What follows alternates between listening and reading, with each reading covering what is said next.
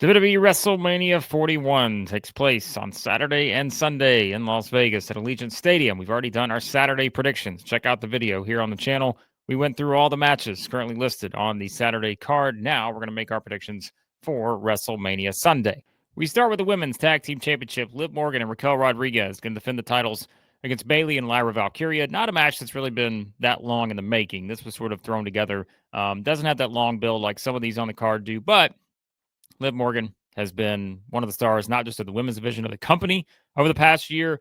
Raquel, one half of the women's tag team champions, as we know. Bayley certainly deserves a spot on the WrestleMania card. Lyra Valkyria is your women's Intercontinental champion. So I understand why they put this combination together to get all four of these women on the card. I thought this would be pretty predictable until they added a little bit of a wrinkle this past week on NXT, where it was Roxanne Perez, who seemingly we thought was going to face Bayley maybe at WrestleMania. Coming out of the Rumble, that seemed like maybe one of the directions that you were going to get for this particular card. Didn't happen, but Roxanne Perez and Cora Jade are now going to be in the match at Stand and Deliver, where the winners get an opportunity to go on and face the tag team champions, at least the way I heard it, next week on NXT. So you could have the idea of doing Roxanne and Cora Jade against Bayley and Lyra Valkyria, and that would be very intriguing for the obvious reasons, as we said, given the history between those involved. But, you could also do the same thing where they're facing perhaps Liv and Raquel. But that, of course, is dependent on whether Roxanne and Cora Jade actually win the match. Don't know if that's going to happen. So I think the better choice is probably to say the titles are going to stay with Liv and Raquel for that reason, just because I think, again, you keep a title on Liv unless you're putting her back into the singles title picture, which I don't know if it's going to happen just yet. That seems like something where keep the title here. You've got kind of a thrown together team in Bayley and Lyra Valkyria. And if they were to win, look, Lyra Valkyria would hold multiple titles at that point. So do you want to go that route? Maybe, maybe not. But I'm going to pick Liv and Raquel to retain. I just don't know enough about maybe the direction of the women's tag team division outside of that intriguing possibility that I added on the NXT after WrestleMania that could, cause a title swap here. But I'm going to go with Liv and Raquel to retain. All right, the Sin City Street Fight. Drew McIntyre and Damian Priest. This is one that also has been quite talked about since the Royal Rumble, really, because we all know there were the rumors out there, McIntyre's frustration with how things went in the Rumble and all this, and people were kind of frustrated that this was going to be his WrestleMania match, given what he's done over the past year. We talked about Liv Morgan's impact and all that, but McIntyre certainly has had a career year, and seemingly he's done that back-to-back years in WWE. When you think about what he did last year with CM Punk, people are wondering, all right, does he get that big opportunity now at WrestleMania? Yes, he's had those opportunities before. We know what happened last year, but this is kind of a match a year in the making, right? Given what happened at WrestleMania 40. So you can understand why they're putting these two together. In the street fight element, I think we'll add a little bit more to it. It's not a wrestling match. These two want to destroy each other. And so that adds a little bit more to, kind of the stakes involved here with this. But quite honestly, I think this is the most predictable match maybe on the entire card. Either night. I think Drew McIntyre is winning this match. I just would be stunned if that's not the case because of what I said. I think McIntyre clearly has put himself on another level right now. And this is where, if he is able to get a win here, what does that mean for him coming out of WrestleMania? We have to look ahead and start looking at possibilities where, he could be someone that most certainly is going to stay at that upper, level of the card and have all sorts of options in terms of what he does next. Does Priest need this more? Maybe you could argue that. But again, think about what happened last year. It's just a scenario where I think Drew gets his revenge here. He blames Priest for everything that's happened. Drew McIntyre wins, and I just am not giving it a second thought because I think he is probably your clear winner in this match. Speaking of post-WrestleMania plans, I think this is an interesting match. AJ Styles and Logan Paul. And we know that this is one, has a little bit of a build to it, but not the longest build. But still, I think this should be a really good match. There's no question. And really, all these matches we talked about should be really good. But I think this is where, too, I'm looking at the post-WrestleMania side of things with, who wins this match, who should win this match. I think it becomes a lot more interesting because if the prediction we had for WrestleMania Saturday comes true, spoiler alert, I picked Jey Uso to beat Gunther for the World Heavyweight Championship. If that comes true, then you're going to look at potential challengers, right? You've got to start looking ahead to the other PLEs and different challengers that you could have for Jey Uso. Well, remember last year, AJ Styles was kind of in that role, right? For Cody Rhodes. I mean, as one of the first challengers there, and you kind of played that out with AJ, so he could be put in that role again, perhaps. But I also think there is certainly something to the idea that you go with Jey Uso and Logan Paul as one of those combinations. Now, like I said, we're saying that with the thought that Jay's going to win the title. If he doesn't win the title, then, hey, maybe Gunther and AJ Styles. I wouldn't mind seeing that. But I think when you look at the way this thing could unfold, if Jay wins on Saturday, it would seem like Logan Paul is probably the favorite to win on Sunday, because that would give you, kind of a direction you can go in for Jay post WrestleMania. That's one of the many options you have to work with Jay. Not saying that would be the first thing they would do, but if it's Logan Paul, it's the heel. He can use that to sort of say that, hey, he now deserves an opportunity at the World Heavyweight Championship. So I think Logan Paul will be my pick for this one. I'm not as convinced here. I think, again, you could go multiple ways just in terms of using both these guys coming out of WrestleMania. And they're still going to be slotted, in the upper mid card / main event. So I think, either way, you definitely have some stuff to work with here, but I tend to think Logan Paul is probably where they're headed in terms of who gets a little bit more out of winning this match and using that moving forward as we talk about perhaps these world title pictures after WrestleMania. So I'm going to go Logan Paul here. May not be a popular pick, but I will go with him. All right, some titles on the line here, as it is going to be the 4-way Intercontinental Championship match. Bron Breakker defends against Penta, Finn Balor, and Dominik Mysterio. I think this could be the match that steals the show this weekend. I think it should be fantastic with these 4 guys in there. And that's where, look, when you think about the possibilities when you have a 4-way match, there's all sorts of different combinations of how this thing could unfold, right? For me, the one that you start with is this is a great way to have Bron Breakker lose the Intercontinental Championship without getting pinned. And so I start there and think, all right, this is the perfect setup. If it was a one-on-one match, I'd probably have a tough time picking against Bron Breakker against any of these guys because we've already seen those combinations, right?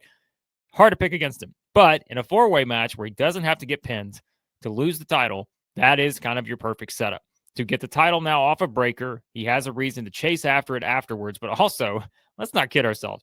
It's going to be pretty soon, I think, with Bron Breakker getting into the higher tier of moving past the Intercontinental Championship and getting into the World Heavyweight Championship conversation because he's been that good.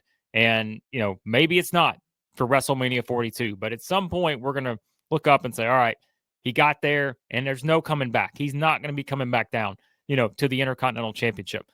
He's going to be someone that's kind of in that range where he's staying in the world title picture, one way or the other.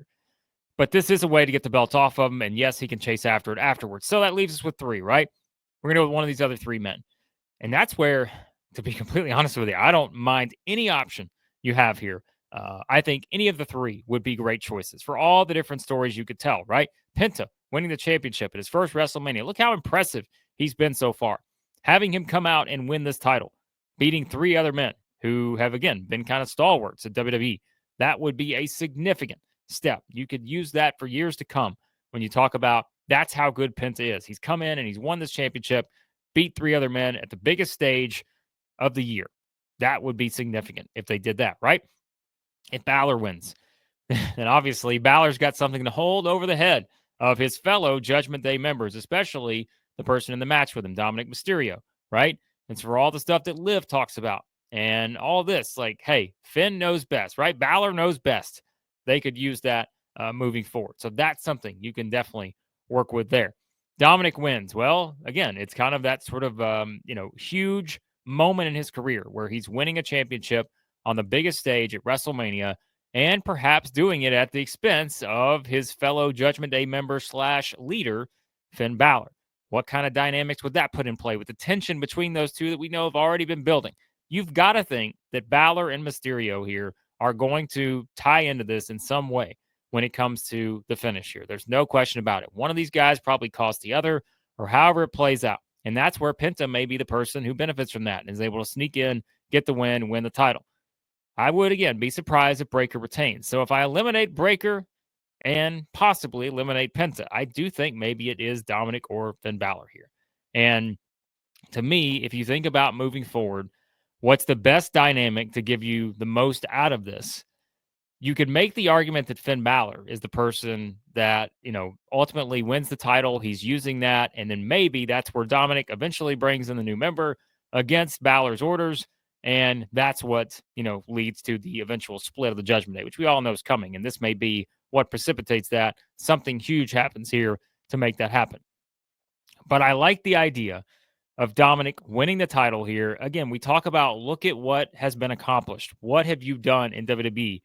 Dominik has also been someone who has been at such a high level now in terms of the crowd reactions and all that. And we know there's been those, sure, he's getting all the boos when he talks and everything like that. But having Liv still with a tag team championship, perhaps having Dominik with the Intercontinental Championship, and then having Finn Balor looking at both of them and being so frustrated by the idea that they both hold gold and he is sitting there with nothing, that could be something that, of course, sends Balor over the edge. And that leads to the eventual one-on-one match where you get these two maybe having the matches throughout the summer for the Intercontinental Championship. How does the new member factor into this? There's all those different things that I think you could play into that. So I might pick Dominik to win the championship here. This is probably one of the least confident picks of the weekend, but I think this should be a great match. Could be the match of the weekend, really. When you think about what these guys can do in the ring, four-way match, so many of those, unpredictable elements involved. I like any winner here, honestly. Any of the four, I'd be fine with it. Break or retain, I'd be okay with that too.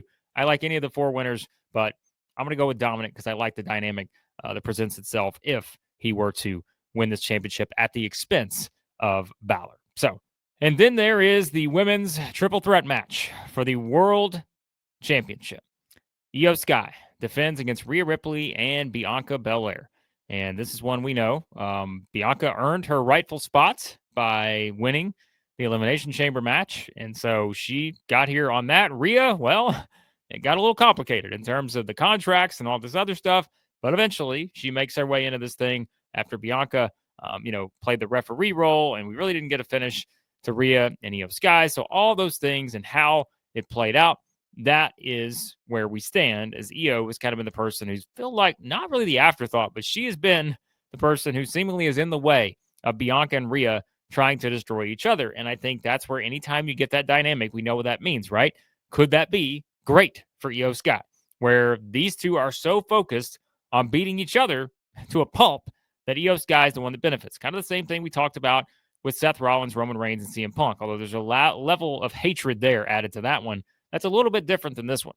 But clearly, Io Sky out to prove herself, and she's got to do it against two of the, again, top stars that have been there for the women's division over the past several years. But Io has kind of tried to put herself on that level too, and I think she absolutely belongs on that level. She is the champion. I like how they push that. Hey, everybody's talking about Rhea and Bianca here.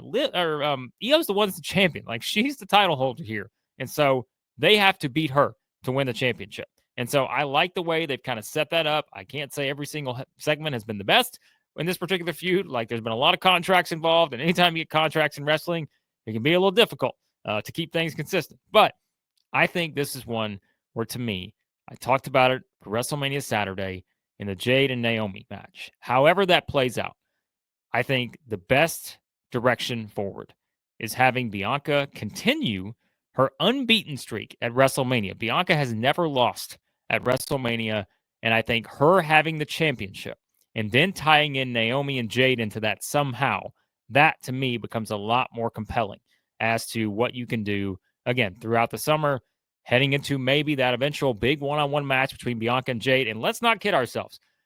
They've been kind of playing this up over the past month or so since Jade came back and attacked Naomi.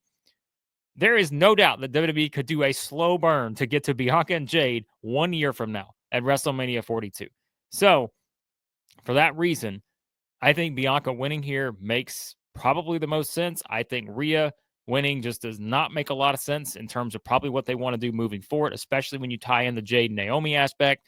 Io retaining is certainly, I think, a strong possibility.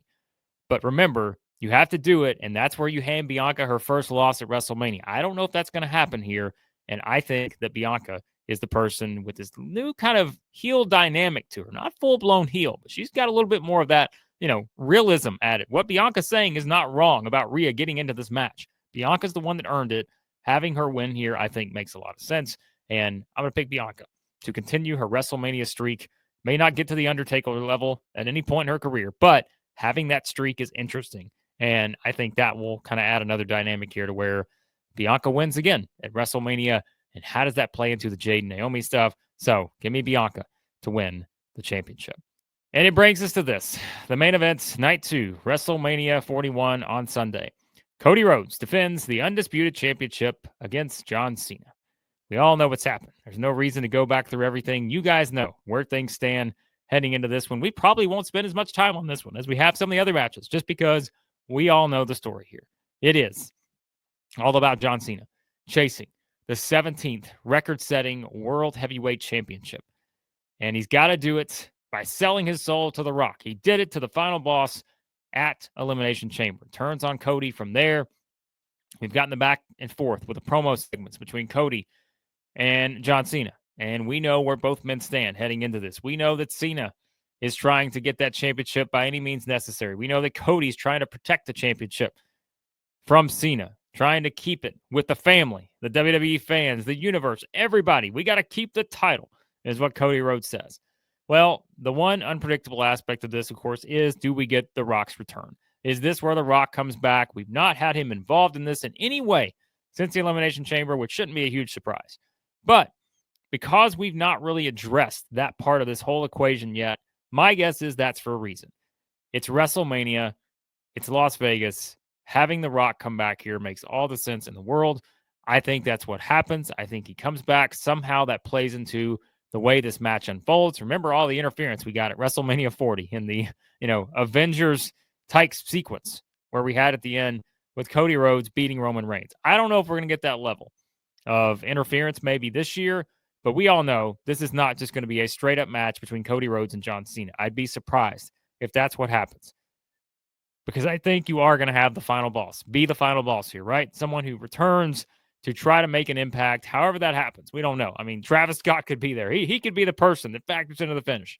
I somewhat kid there. I don't know how this is going to go, but I do think the whole thing we said coming into this John Cena farewell tour is that it makes probably more logical sense to drag out the championship win till the end of the year. We said that earlier this year. We said that last year when John Cena announced it. We're looking ahead thinking, all right, drag it out as long as you can, build up the suspense. Is he ever going to do it? Is he ever going to do it? Well, that was before John Cena turned heel. And now the finish of the story is not going to be, can John Cena win the title? The finish of the story probably has to be, is John Cena going to regain his way? Is he going to find his way back to his old self before he retires, right? Why did he do this? Why did he sell his soul to The Rock? You didn't have to do that, John. You didn't have to do it. I can hear Michael Cole's voice saying that. And so because the ending of the story has changed here, I don't think it's about the suspense anymore. I think it's about how does John Cena get back to the hustle, loyalty, and respect? Not this John Cena, right? How does he get back there? It's hard to do. He's turned his back on the fans pretty hard here over the past month. But it seems like that's the bigger part of the story. And so to me, there's only one way to make it work even better, and that is to have John Cena get the record, win the championship, and then go on knowing that they've added a lot of dates to John Cena's calendar over the last little bit here, moving forward past WrestleMania.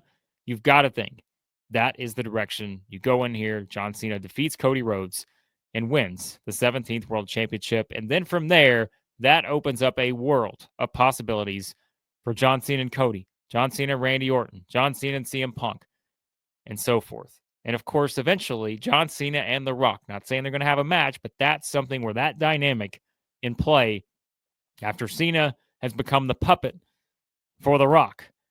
The puppet master himself is going to try to pull all the strings. How does it all play out? I don't know, but I think the most compelling way to do it is with Cena having that championship around his waist as the record-setting 17th world title reign begins at WrestleMania 41. So I'm going to pick John Cena to win the championship.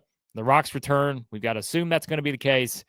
What else will happen from there? We don't know, but let the games begin with John Cena winning the WWE Undisputed title. There you go, guys. My picks for WrestleMania Sunday. Let me know yours. Always appreciate the feedback. Hit the subscribe button. Hit the like button as well. Turn on your notifications so you know when we do these new videos and or go live. We'll be going live, doing our live streams as usual for after WrestleMania. We might do a couple more before we get to WrestleMania. Let you guys talk about what you want to talk about heading into the biggest weekend of the year in WWE. Let me know your predictions. What's going to happen? Appreciate you guys watching as always. And let me know your thoughts and predictions for every match on WrestleMania 41 Sunday.